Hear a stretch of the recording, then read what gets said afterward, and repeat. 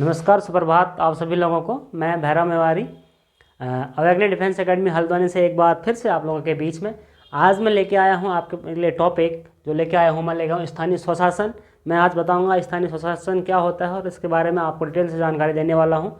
तो आइए देखते हैं। इस प्रकार से है स्थानीय स्वशासन का जो सबसे पहले आइडिया आया था वो लॉर्ड रिपन के माइंड में आया था। उनका लॉर्ड रिपन का 1882 का जो संकल्प पत्र है उसको क्या कहा जाता है, स्थानीय स्वशासन का मैग्ना कार्टा कहा जाता है। कहने का मतलब है, अगर हम देखें स्थानीय स्वशासन का जनक वर्तमान समय में किसे जाना जाता है, स्थानीय स्वशासन का जो जनक है वो लॉर्ड रिपन है। पहला क्वेश्चन यहीं से बन जाता है आपका, ठीक है। उसके बाद स्थानीय स्वशासन किस सूची का विषय है ना। तो हमारे संविधान में 3 प्रकार की सूचियाँ होती है। एक होती है संघ सूची, एक होती है राज्य सूची और एक होता है समवर्ती सूची।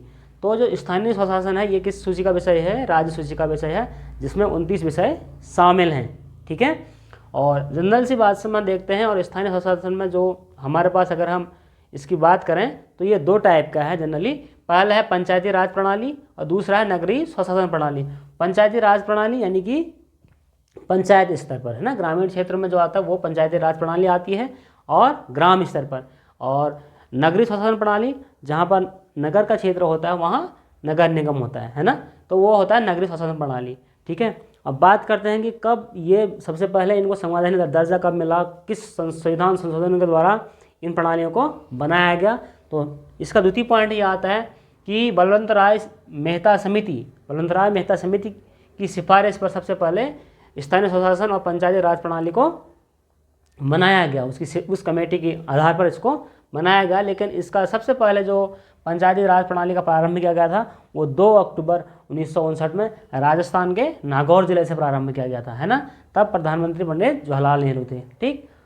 अब उन्हीं के द्वारा इसको प्रारंभ भी किया गया था। सेकंड बात हम देखते हैं संवैधानिक दर्जे की बात आते हैं। तो संवैधानिक दर्जा होता है 73वां संविधान संशोधन 1992 के द्वारा इसको क्या किया जाता है, अधिनियम के तहत संवैधानिक दर्जा दिया जाता है और 1993 से इसको लागू किया जाता है। कब, 24 अप्रैल, और 24 अप्रैल को ही पंचायती राज दिवस भी मनाया जाता है। ये क्वेश्चन भी बहुत इंपॉर्टेंट है परीक्षा की दृष्टि से। फिर हम देखते हैं ये किस अनुसूची में है।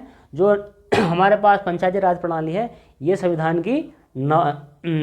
का 9वां भाग यानी कि 9वें भाग में 11वीं अनुसूची का विषय है, ठीक है। जिसे कितने स्तर हैं, इसके 3 स्तर हैं। पहला स्तर हमारे पास ग्राम पंचायत, दूसरा हमारा पास खंड पंचायत, तीसरा हमारा जिला पंचायत। यानी कि ग्राम प्रधान ग्राम पंचायत में, खंड पंचायत में हमारा क्षेत्र पंचायत, जिला पंचायत में जिला पंचायत सदस्य, जिला पंचायत अध्यक्ष जो होता है, इसके 3 स्तर हैं। समझ में आ गया ना इतनी चीज़ें। नेक्स्ट हमारे पास ये चीज़ निकल के आती है कि नगरीय स्वशासन प्रणाली, इसको संवैधानिक दर्जा मिलता है 74वें संविधान संशोधन 1992 के द्वारा, ठीक है।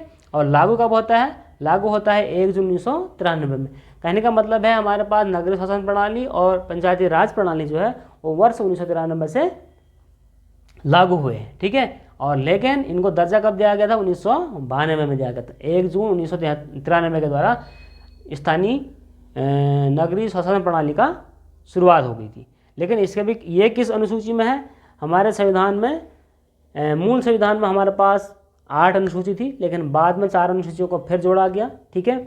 जिसमें हमारे पास अंतिम अनुसूची 12वीं अनुसूची में नगरीय स्वशासन प्रणाली का उल्लेख है। आर्टिकल नंबर कहाँ, आर्टिकल नंबर 243 से लेकर उसके क से अणु तक छोटे छोटे पार्ट बने हैं, वहाँ उल्लेख है इसका। और नगरीय स्वशासन प्रणाली के भी 3 स्तर हैं। पहला स्तर क्या है इसका, नगर पंचायत, दूसरा क्या है नगर पालिका, और सबसे बिगर पार्ट होता है इसका नगर निगम, ठीक है। तो इतना उम्मीद है कि आपको समझ में आया। और अगर आपको ये याद नहीं रहता तो इसको याद करने का तरीका क्या है, तेरी पंचायत कराऊँ, है ना। तो 73वें संविधान संशोधन 1993 के द्वारा और 74वें संविधान संशोधन 1993 के द्वारा, ठीक है। 92 में तो इन्होंने क्या किया, अगर संवैधानिक दर्जा मिल गया, 93 से प्रारंभ हो गए थे। और संविधान के भाग 9 में अनुसूची 11 और 12 में नगरीय स्वशासन प्रणाली और पंचायती राज प्रणाली का वर्णन है। आर्टिकल नंबर 243 से क से अण तक। तो इस प्रकार से इन चीज़ों को हमें समझना है, और समझने के साथ साथ हमें इन चीज़ों को क्या करना है, नोट डाउन भी करना। और परीक्षा की दृष्टि से ये वाला टॉपिक क्या होता है, बहुत महत्वपूर्ण होता है, ठीक है। तो इस प्रकार की जानकारी के लिए, इस प्रकार की क्लासों को वॉच करने के लिए आपका बहुत बहुत धन्यवाद। और वीडियो अगर आपको पसंद आया, लाइक शेयर कमेंट ज़रूर करें। और मैं मिलता हूँ फिर आपको। Thank you, have a nice day.